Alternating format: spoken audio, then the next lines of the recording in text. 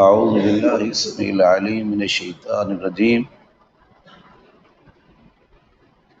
ألم تر إلى الذي حاج إبراهيم في ربه أن آتاه الله الملك إذ قال إبراهيم ربي الذي يحيي ويميت قال أنا أحيي وأميت.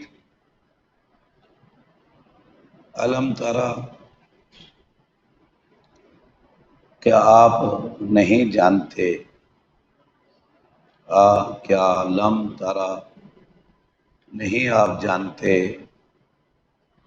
الی الذی اس شخص کا معاملہ، حاج ابراہیم جس نے جھگڑا کیا ابراہیم علیہ السلام سے، فی ربہ ہی اس کے رب کے متعلق. علم ترى یہ را یرا سے رویت دیکھنا ہوتا ہے، لیکن قرآن کریم میں جہاں بھی علم ترى استعمال ہوا ہے اس کا معنی ہے علم تعلم. جیسا کہ صحیح بخاری میں امام بخاری رحمۃ اللہ علیہ صحیح سند سے عبداللہ بن عباس رضی اللہ تعالیٰ عنہ حبر الامہ ترجمان القرآن سے لائے ہیں کہ وہ فرماتے ہیں کہ علم ترى کا معنی ہے علم تعلم، کیونکہ اس کے بعد بعض اوقات زمین آسمان کی تخلیق اور بے ساری عجائبات کا تذکرہ بھی کئی آیات میں ہے،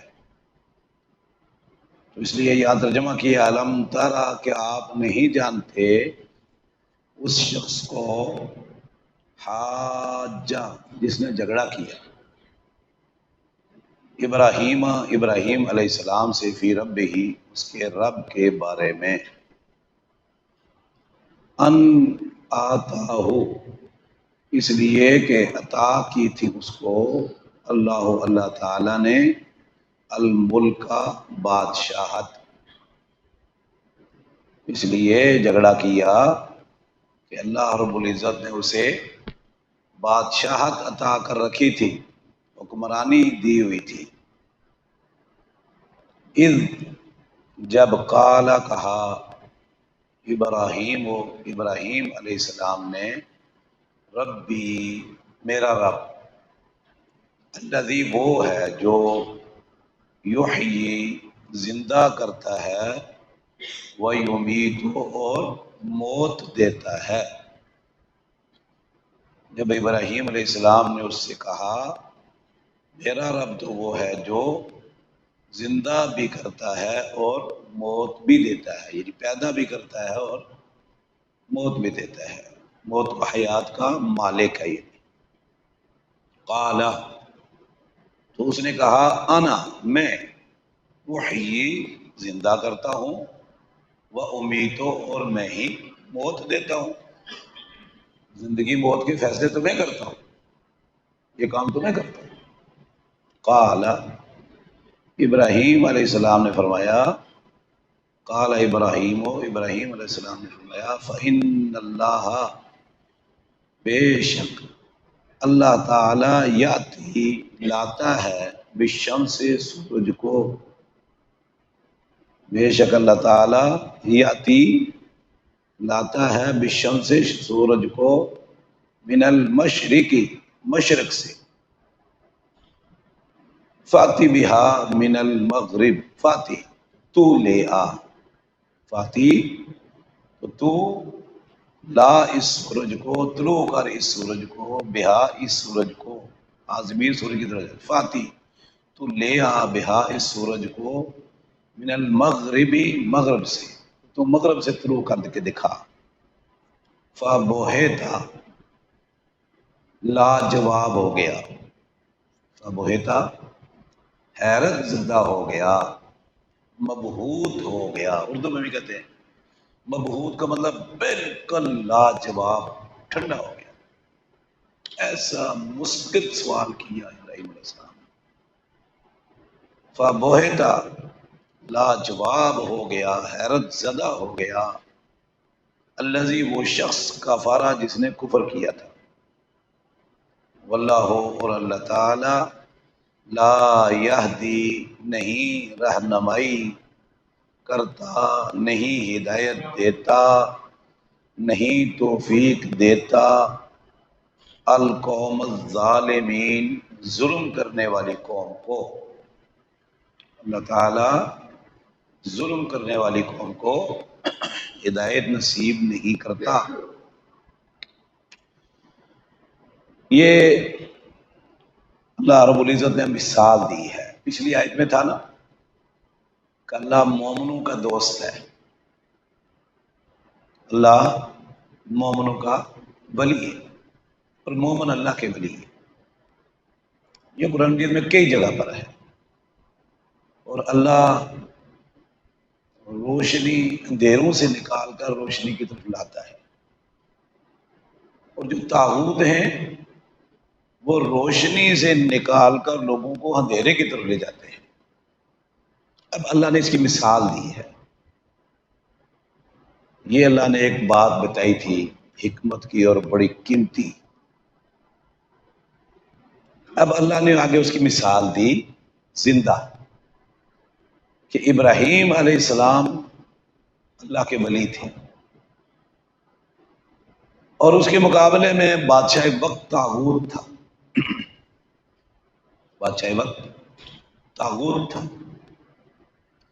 ابراہیم علیہ السلام توحید کی طرف دعوت دے رہے ہیں، اندھیرے سے نکال کر روشنی کی طرف لا رہے ہیں، اور طاغوت بادشاہ وقت اور اس کی قوم وہ لوگوں کو روشنی سے دھکیل رہے ہیں اندھیرے کی طرف۔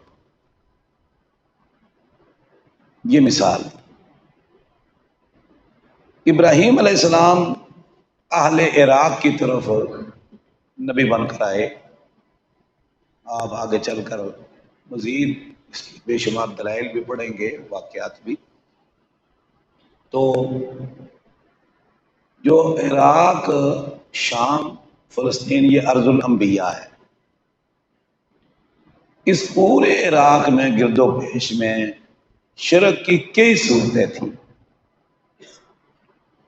نمبر ایک، یہ بتوں کی پوجا کرتے تھے۔ ابراہیم علیہ السلام نے بت توڑے تھے۔ آپ آگے واقعہ پڑھو گے سورہ انبیاء آیت نمبر 51-52 کے بعد،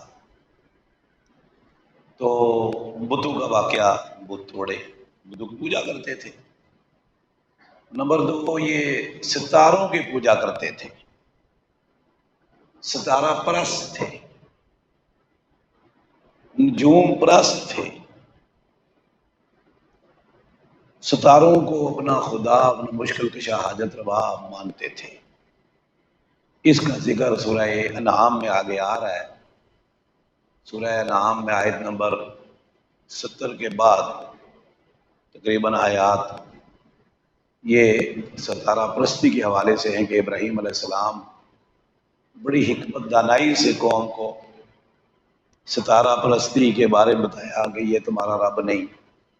ایک ستارہ دیکھا ابراہیم علیہ السلام نے، قوم ساری موجود تھی، بڑے سارے سردار بھی کہنے لگے یہ ستارہ جو ہے نا یہ بڑا چمک رہا ہے، تو یہ میرا رب ہے۔ جب وہ جل ہو گیا تو بولا نہیں یار، یہ آیا چلا گیا، یہ تو رب نہیں ہے۔ چاند کو دیکھا تو بولا یہ رب ہوگا۔ چاند بھی غروب ہو گیا، بولا یہ بھی رب نہیں ہو سکتا جو غروب ہو گیا، اس کو زوال ہے۔ سورج دیکھا، بولا یہ چمک رہا ہے، بولا بازغۃ، یہ صحیح چمک رہا ہے اور یہ بڑا بھی ہے، اس کے فوائد بھی ہیں، تو بولا یہ میرا رب ہے۔ قوم بڑی خوش ہو گئی۔ جب غروب ہو گیا تو فرمایا کہ میں اس طرح کے عروج و زوال کا شکار ہستی کی میں پوجا نہیں کرتا۔ دن کو عروج ہوتا ہے، ظہر کے بعد زوال شروع ہو جاتا ہے، اور یہ غروب ہو گیا ہے، چلا گیا ہے، چھپ گیا ہے، افالا، میں اس کی پوجا نہیں کرتا، لہذا میں اس ہستی کی پوجا کرتا ہوں والأول والآخر والظاہر والباطن وهو بكل شيء علیم، جو ہمیشہ سے ہے اس طرح کر کے قوم کو قائل کیا، ایک حکمت والے طریقے سے سمجھایا۔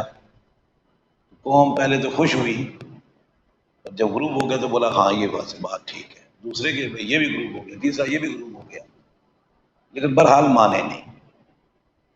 پھر بتوں کی تربت بنائی، آپ کو پتہ ہی ہے۔ تو ان سے پوچھا، انہوں نے کہا جی یہ کون یہ کام کر سکتا ہے؟ ابھی ابراہیم ہو سکتے ہیں، لاؤ لوگوں کے سامنے۔ پوچھا آپ نے کیا ہے؟ بولا ان سے پوچھو، ان سے سوال کرو۔ بادشاہ بھی تھا، سارے لوگ تھے، کہنے لگے آپ کو پتہ ہے یہ تو بات ہی نہیں کرتے۔ ابراہیم علیہ السلام نے اس سوال کے جواب کے انتظار میں تھے کہ یہ اپنے منہ سے کہیں کہ یہ کچھ نہیں کر سکتے۔ کہتے اف لکم ولم تعبدون من دون اللہ، افسوس، صد افسوس تم پر، تمہارے باپ دادا پر، جو بول نہیں سکتے، جو تمہارا جواب نہیں دے سکتے، اپنے اس بے بسی بے کسی پر شکوہ نہیں کر سکتے، اس کی پوجا تم کرتے ہو؟ جو اپنا آپ تحفظ نہیں کر سکے، ناک منہ سب کچھ ٹوٹ گیا، بچا نہیں سکے، بڑا کھڑا دیکھ رہا ہے، وہ بھی نہیں بچا سکتا چھوٹوں کو۔ بہرحال سب جھک گئے، لاجواب ہو گئے، اللہ فرماتا ہے لاجواب ہو گئے، بالکل لاجواب ہو گئے کہ بات واقعی ٹھیک ہے۔ لیکن بادشاہ نے یا اس کے جو سیکٹری تھا، اس نے اس وقت کے علماء سو، انہوں نے کہا کہ نہیں، ان سرو آلہتکم، اپنے معبودوں کی مدد کرو۔ تو انہوں نے کہا پھر اس کو جلاؤ۔ اور بھی شکایتیں کی انہوں نے بادشاہ کے پاس۔ تو آخر بادشاہ نے کہا کہ یار ایک مرتبہ میں ان سے بات کر ہی لوں، بلاؤ میرے پاس، لاؤ اس کو، شاید مان جائے۔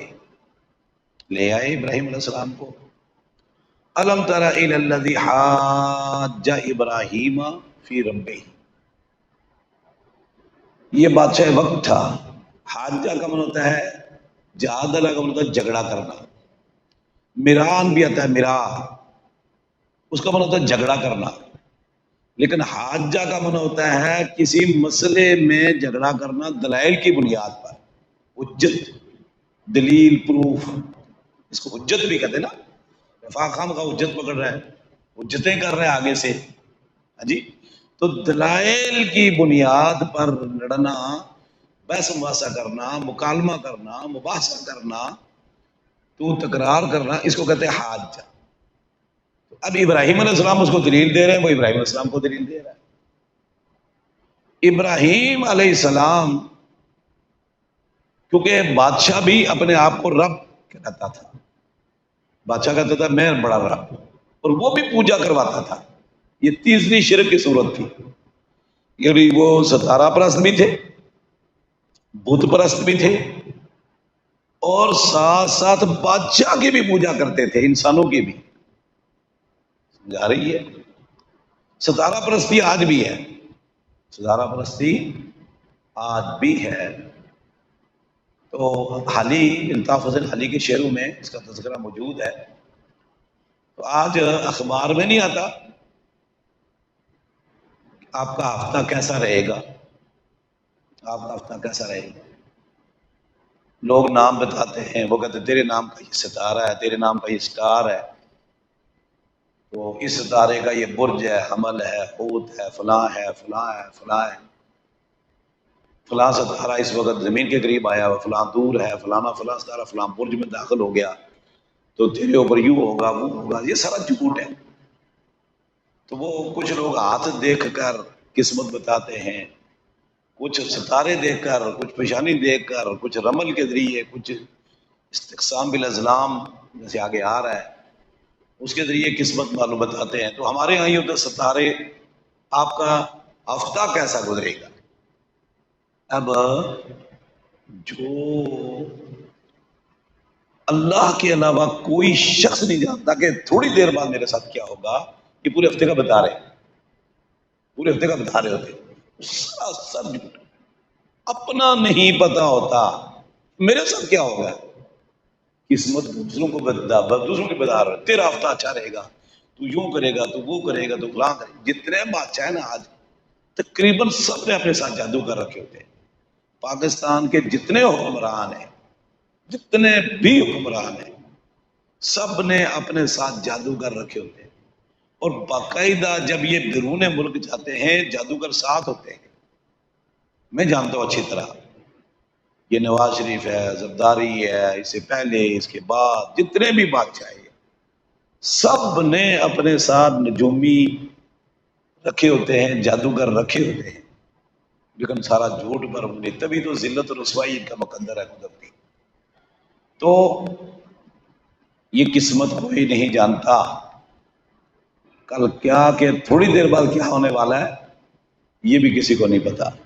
کسی شاعر نے کہا تھا نا، تعویذ لکھ کے دیتا تھا جو عمر طویل کے، تعویذ لکھ کے دیتا تھا جو عمر طویل کے، وہ عامل خود بیچارہ جوانی میں مر گیا۔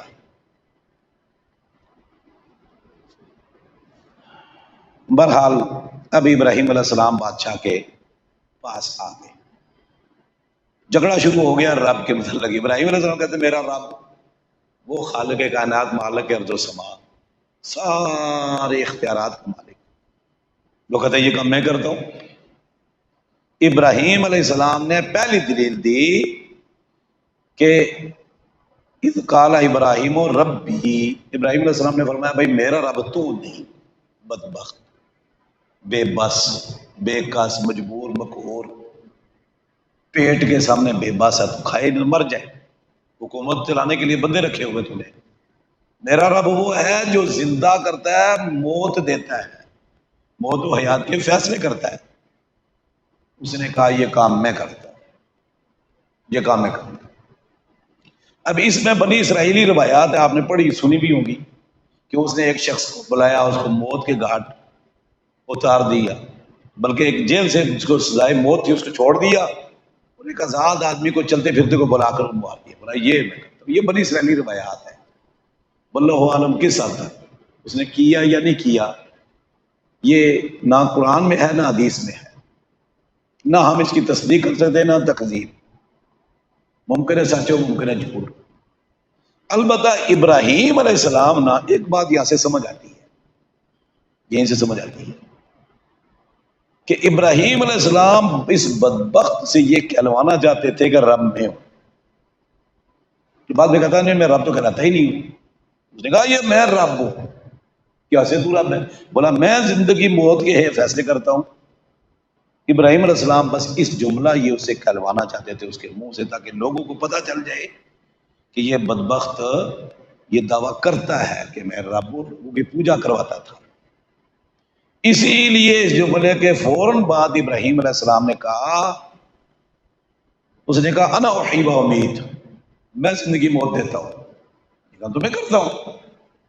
ابراہیم علیہ السلام نے فرمایا فإن اللہ یاتی بالشمس من المشرق فاتی بہا من المغرب،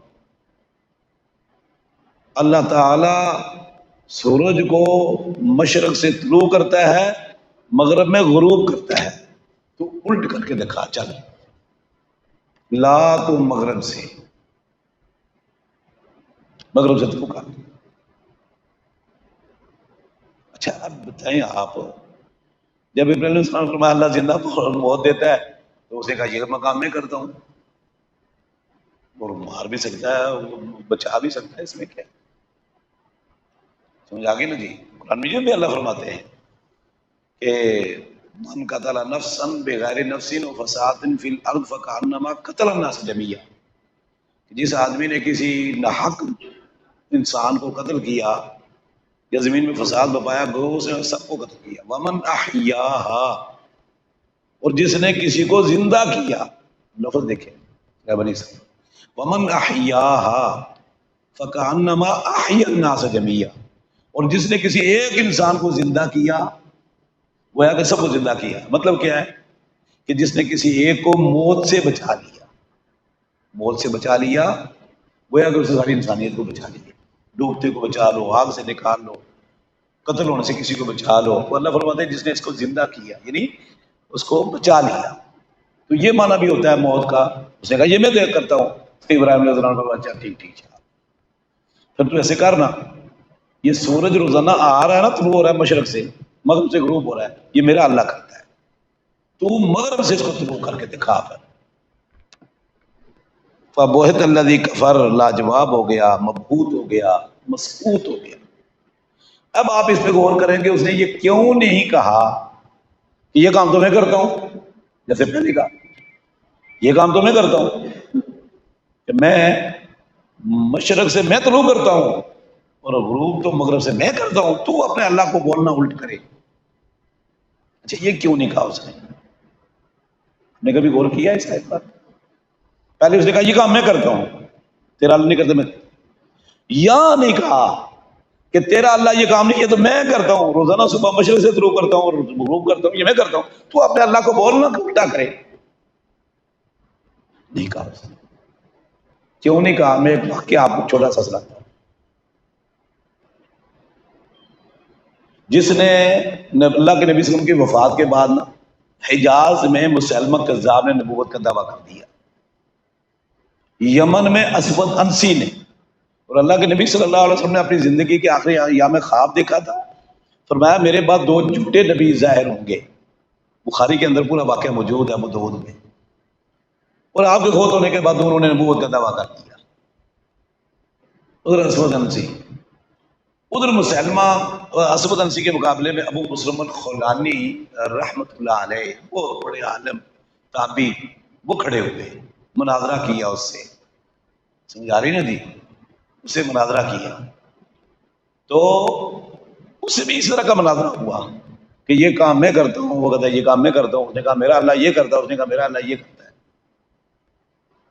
ایک جگہ پر جا کر نا ابو مسلم خولانی رحمت اللہ علیہ نے اسی طرح کا سوال ان سے کیا کہ میرا اللہ یہ کرتا ہے، تو اس کا الٹ، اگر تو نبی ہے نا یہ کر کے دکھا، چل نبی ہے تو دعا کر یہ کام ہو جائے، جیسے اللہ کے نبی نے معجزات دکھائے، وہ خاموش ہو گیا۔ تو پیروکار لوگوں نے پوچھا وہ مسلم خولانی رحمت اللہ علیہ سے کہ یار چپ کیوں کر گیا، اس نے کیوں نہیں کہا کہ یہ کام تو میں کرتا ہوں، میں نبی ہوں، کر سکتا ہوں؟